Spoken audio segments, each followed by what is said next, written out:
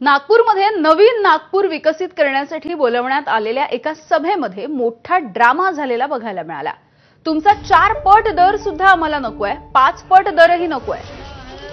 हा ठेवा तुमचा माईक, आम्ही शेतकरी आहोत, आम्हाला आमची जमीन विकायचीच नाहीये असं सांगून लाडगाव आणि गोधनीच्या बहुतांश शेतकऱ्यांनी आज प्रशासनाने बोलावलेल्या समन्वय बैठकीवरती बहिष्कार टाकला आणि वॉकआउटही केलं।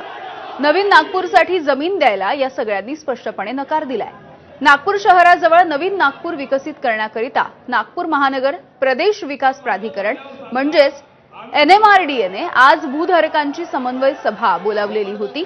मात्र शेतकऱ्यांनी प्रशासनावरती अरेरावीचा आरोप करत समन्वय सभेवरती बहिष्कार टाकला आणि सभा अर्धवट सोडण्यात आली। या सगळ्यांनी वॉकआउट केलाय।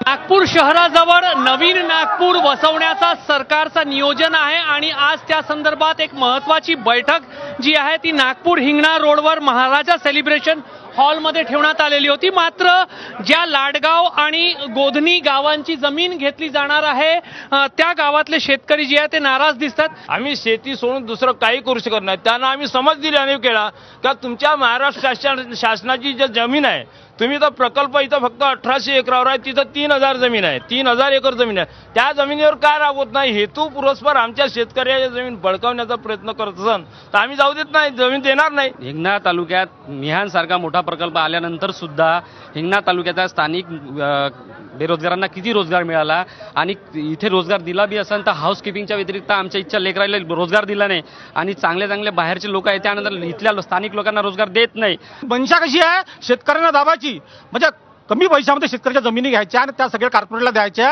आणि सरकारचा फायदा करायचा, कॉर्पोरेटचा फायदा करायचा, मग शेतकऱ्यांचा कुठेही विचार नाही। अतुल हिरडेसह रजत वशिष्ठ, ABP माझा, हिंगणा। आणि यानंतर महत्त्वाच्या बातम्यांचा वेगवान आढावा।